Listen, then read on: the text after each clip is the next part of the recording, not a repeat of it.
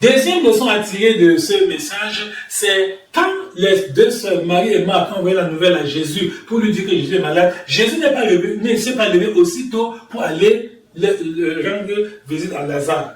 C'est curieux. On se serait attendu que quand Lazare était l'ami de Jésus, dès que Jésus entend que Lazare est infecté, Jésus va abandonner tout ce qu'il fait, il va suspendre tout son programme, il va se lever immédiatement et aller le plus rapidement possible au chevet de Lazare. Ça n'a pas été le cas. Pourtant, Lazare aimait Jésus et Jésus aimait Lazare. Ça s'adresse à toi, mon frère et ma soeur. Toi qui es chrétien, toi qui es sérieux dans ta relation avec Dieu, toi qui sais le Seigneur avec dévouement, toi qui persévères nuit et jour. Parfois, il t'arrive d'avoir un problème et tu pries, croyant qu'à l'instant, dès que tu vas finir de la prière, la réponse va venir, le Dieu va exaucer, il ne se passe rien. Parfois, tu pries 2 jours, 3 jours, 1 semaine, 1 mois, pourquoi pas des années, sans voir le résultat concret de ta prière. Ne te décourage pas, parce qu'en Paris, c'est comme ça, Satan me dit, oh, Dieu t'a abandonné, tu n'es même pas prendre de Dieu, tu es même sûr de ta foi là, votre église là, c'est la tromperie, vraiment on t'a floué, on t'a roulé dans la farine, ne perds pas de temps, laisse tomber ces affaires d'église, tu es célibataire depuis, tu pries pour le mariage, comment Dieu te donne pas un époux, comment tu ne donnes pas une épouse, tu pries pour un enfant depuis des années, voilà, jusqu'à présent, tu n'as pas d'enfant, non.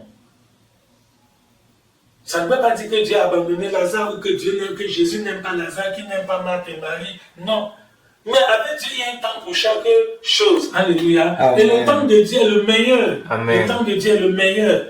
Jésus ne s'est pas précipité, mais il savait qu'au temps favorable, il va intervenir.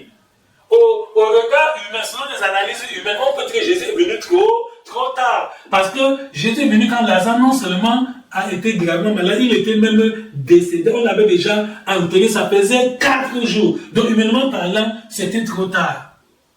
Cette parole s'adresse à quelqu'un. Mon frère et ma soeur, toi, au sujet de qui les gens disent que c'est trop tard, que Dieu ne peut plus rien faire pour toi, que tu es perdu, tu as raté ta vie, que c'est fini. Les hommes veulent te pousser au désespoir et au découragement.